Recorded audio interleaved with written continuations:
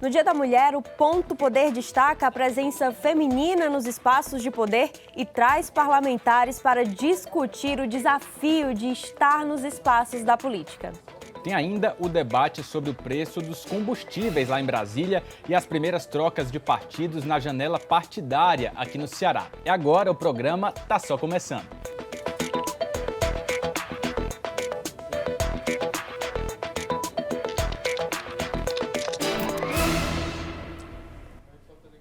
Olá, seja muito bem-vinda e muito bem-vindo ao Ponto Poder desta semana. Hoje, Dia Internacional da Mulher, a gente aproveita aqui para felicitar, todas as nossas espectadoras, telespectadoras que nos acompanham aqui no noticiário político. A gente sabe que tudo passa pela política, todos os direitos sociais que a gente conquista, os que temos para conquistar ainda, e o Ponto Poder é esse espaço também de mostrar essa luta.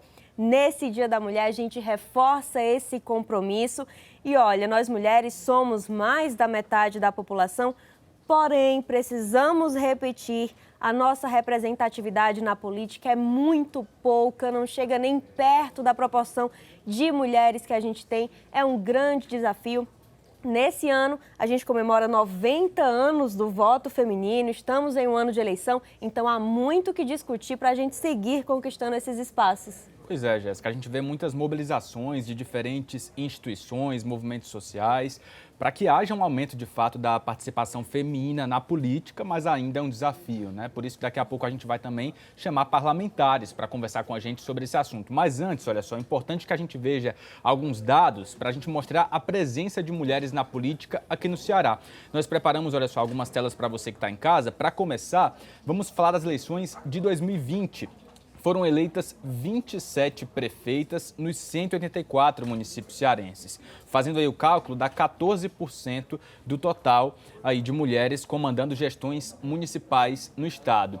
No número de vereadoras eleitas em 2020, na última eleição municipal, foram 9 aqui em Fortaleza, de 43 cadeiras lá na Câmara Municipal da capital cearense, o que totaliza aí 20%, pouco mais de 20% de representatividade. Em âmbito nacional, 2020 marcou aí uma ampliação do percentual do número de mulheres eleitas para as câmaras municipais aqui no país, mas a gente vê que ainda é bastante desigual se a gente comparar o número de parlamentares homens nesses espaços de poder com o número de mulheres que chegaram lá, Jéssica. Exatamente, no ano passado o Diário do Nordeste fez um levantamento junto às câmaras municipais aqui dos municípios e ainda há 16 delas sem nenhuma mulher eleita. E a gente aproveita inclusive para ver a situação nas outras casas legislativas. Olha só aqui na tela.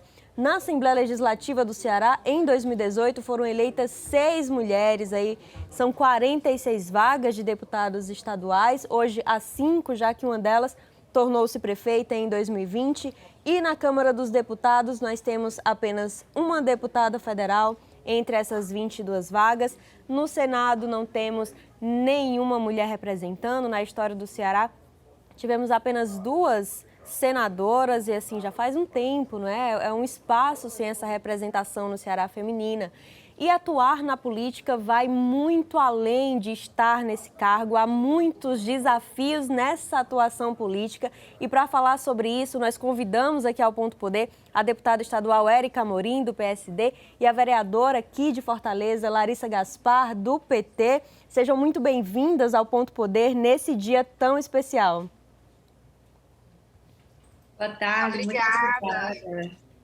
E a gente começa falando com a deputada Érica Amorim, que, deputada, se ser eleita já é um grande desafio, a campanha política ela demanda muita energia, demanda recursos, demanda já bastante esforço, e chegar lá nos espaços de poder também é outra saga, é tudo que recomeça aí nessa batalha mesmo por garantir direitos. Eu gostaria de saber da senhora, quais são os principais desafios em ser mulher e atuar na política, em fazer valer suas bandeiras?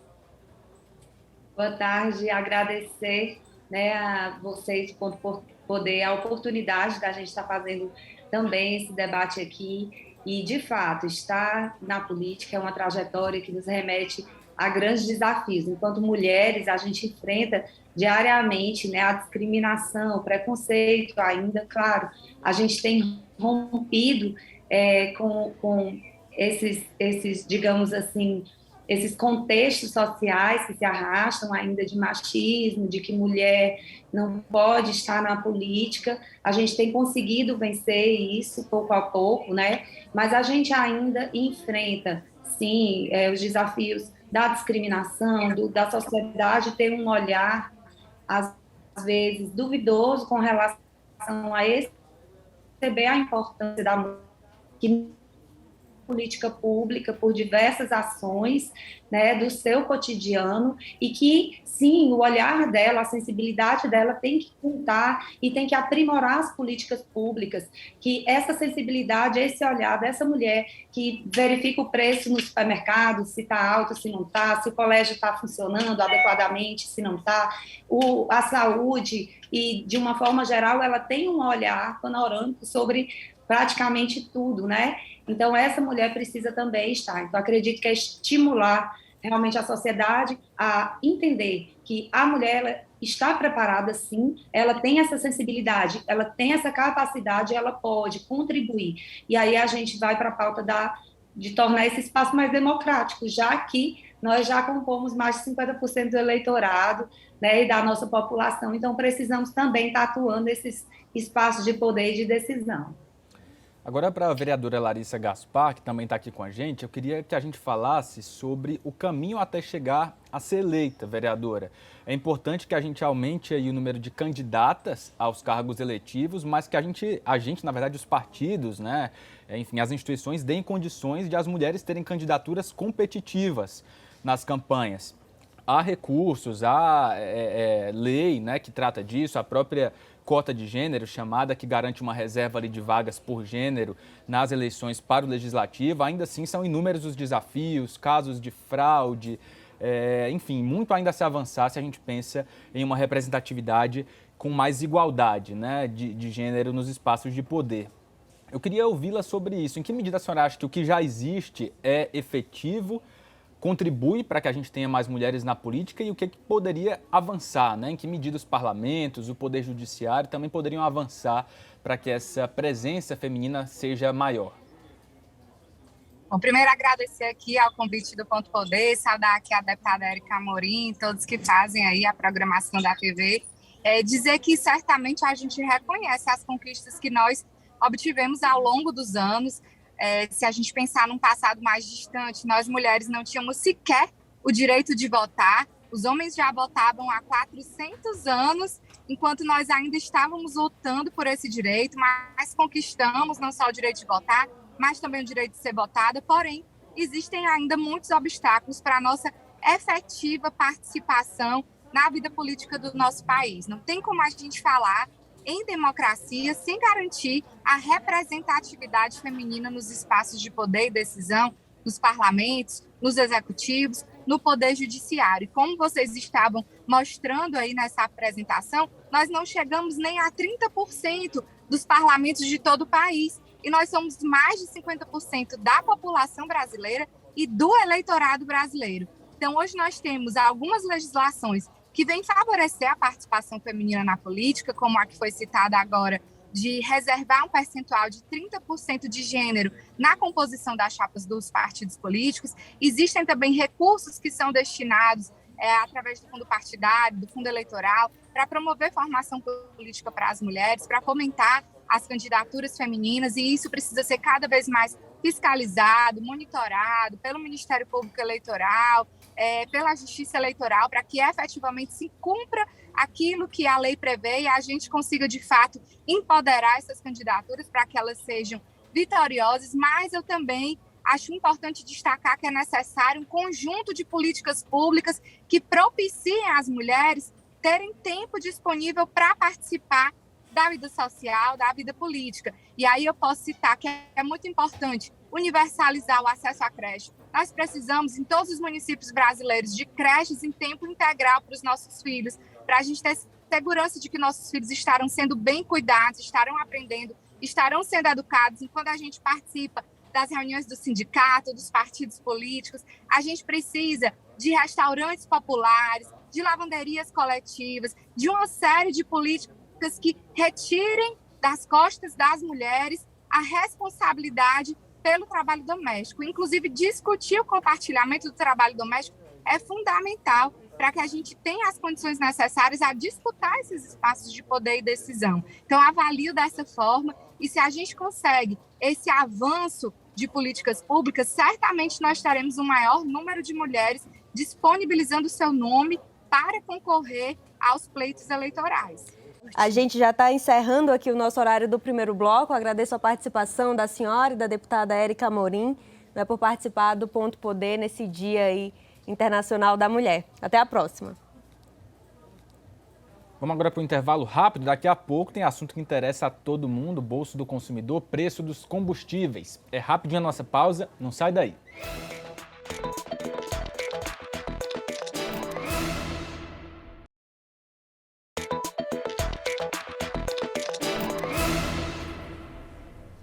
Ponto Poder está de volta, agradecendo pela sua companhia. A gente aproveita agora para falar dos impactos que o conflito, a guerra entre a Rússia e a Ucrânia, podem ter aí. A guerra pode ter vários impactos aqui para o brasileiro também. Um deles envolve o preço dos combustíveis, que mais uma vez caiu em disparada, e está rolando nessa semana toda uma discussão lá em Brasília que envolve o Legislativo e também a Presidência da República, o Palácio do Planalto, para saber se há uma solução aí para essa alta que vem mais uma vez a calhar e a afetar muita gente, né? A repórter Flávia Rabelo, lá de Brasília, está acompanhando e traz para a gente essa discussão. O presidente da República já deu sinais de que o governo pode, inclusive, optar por uma saída mais radical, que seria o congelamento dos preços até o fim da guerra. Mas isso precisa passar antes pelo Conselho Administrativo da Petrobras, já que a empresa também tem capital privado. O impacto, além do mercado, que reagiu negativamente a essa ideia, também foi parar no Congresso Nacional. Nesta semana, 2 projetos que tramitam no Senado devem ser colocados em plenário.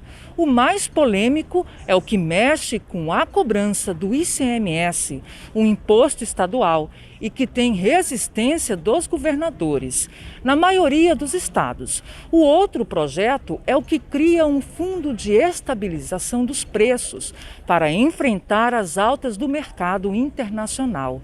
Os especialistas garantem que, independente dos projetos, a guerra da Rússia vai impactar nos preços aqui no Brasil. A expectativa é que isso suba para que o preço da gasolina no Brasil chegue a mais de R$10, se a política da Petrobras se mantiver. Isso aumenta o preço de tudo, aumenta o preço da gasolina, aumenta a inflação de tudo. E principalmente a inflação de alimentos. E a inflação de alimentos, além do efeito do combustível, vai ter o efeito da falta de fertilizantes no mercado internacional, que é todo produzido, praticamente todo produzido pela Rússia, e que o Brasil depende diretamente desse fertilizante, né? E que vai faltar. Então a nossa produção agrícola vai tender a diminuir. E olha só, esse mês de março ele é bem importante para as estratégias eleitorais, para a organização dos partidos aí para a eleição de outubro, por causa da janela partidária, esse período em que deputados podem mudar de partido aí sem sofrer sanções. Já há mudanças acontecendo aqui pelo Ceará, e quem vem contar pra gente aqui no Ponto Poder é o Wagner Mendes, aqui colunista do Diário do Nordeste, está sempre conosco aqui no Ponto Poder para trazer as últimas notícias dos bastidores na política. Wagner, a janela partidária já começou aí a movimentar, né, o cenário. Olá, Jéssica, muito boa noite. Há uma movimentação forte iniciando aí nesta semana. A gente preparou, inclusive, uma tela aí para o telespectador entender um pouquinho sobre o que é a janela partidária. Na última quinta-feira, dia 3 de março, começou um período de 30 dias que se encerra no próximo dia 1º de abril, que é onde os deputados estaduais, deputados federais e vereadores podem trocar de partido sem perder o mandato.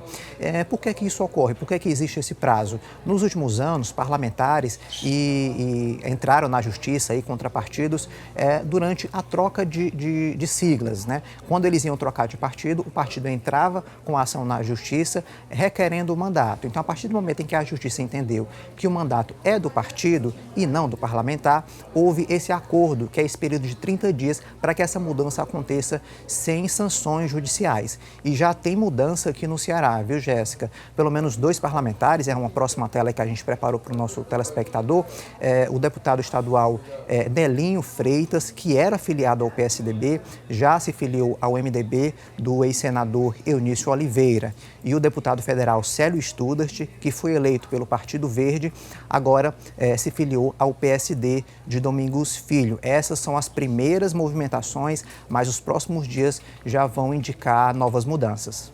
Certamente, é um número que deve aumentar aí até o dia 1º de abril, como a gente viu aí na tela, prazo máximo para a janela partidária, né, para essas trocas sem risco de perda de mandato para os parlamentares.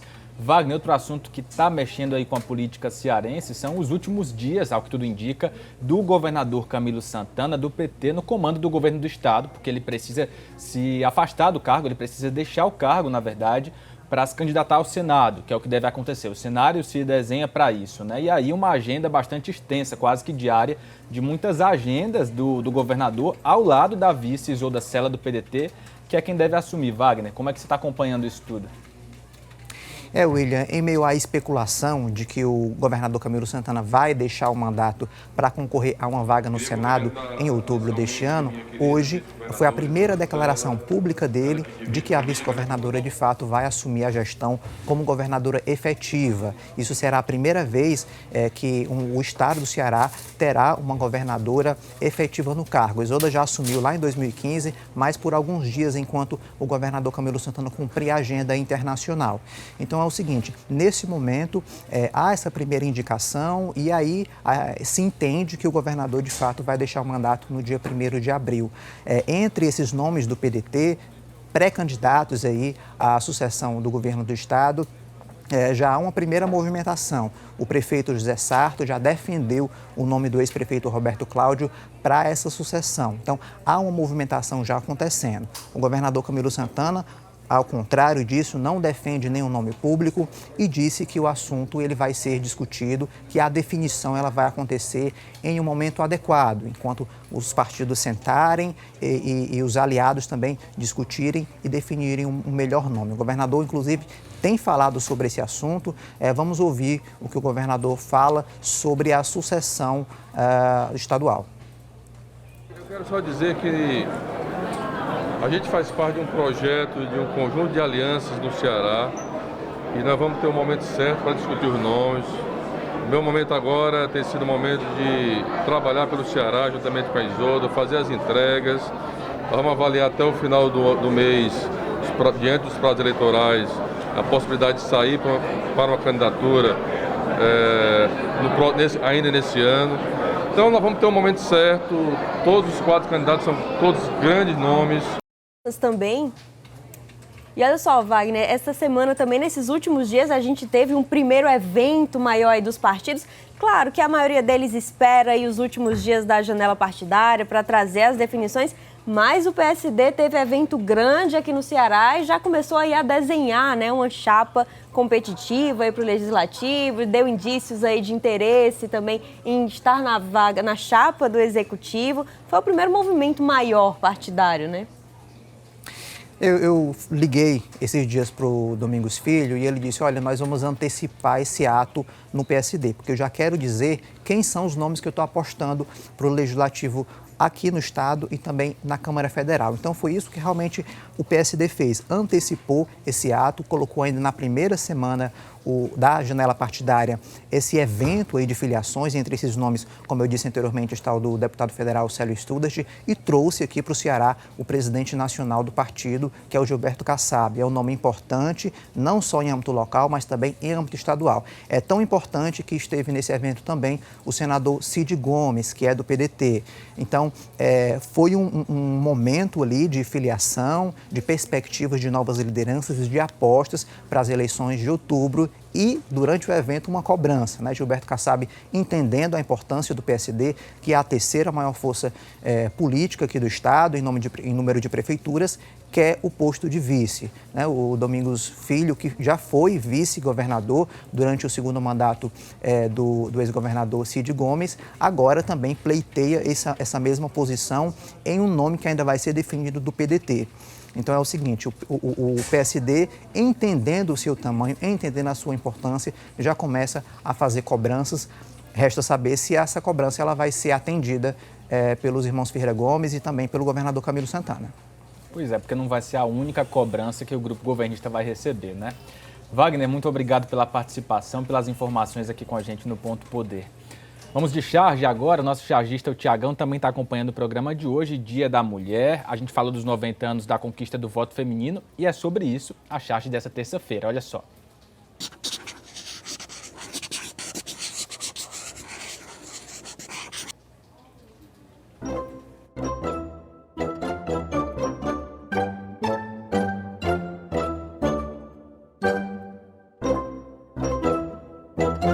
É a homenagem do Ponto Poder e do Tiagão a todas as mulheres. Olha só, próxima semana tem novidade aqui na programação da TV Diário, mais jornalismo, mais informação, manhã, tarde e noite. E o Ponto Poder está envolvido nessa novidade, hein, William? É isso, programação integrada com a Rádio Verdes Mares, a Verdinha, que já é conhecida de todo mundo. O Ponto Poder vai fazer parte dessa integração, dessa nova programação. Aguarda aí, tem novidade, a gente está chegando em outro formato, esse não mais, mas a gente chega com muita informação. É ano de eleição, muita informação que vai trazer impacto para você. A nossa missão continua sendo a de ajudar você, eleitor, a votar com consciência e a poder acompanhar o que acontece na política e impacta a nossa vida. Muito obrigado pela sua companhia também, Jéssica. A gente volta a se encontrar na próxima semana. Uma ótima semana para você e até mais. Tem mais informação lá no Diário do Nordeste e a gente se encontra.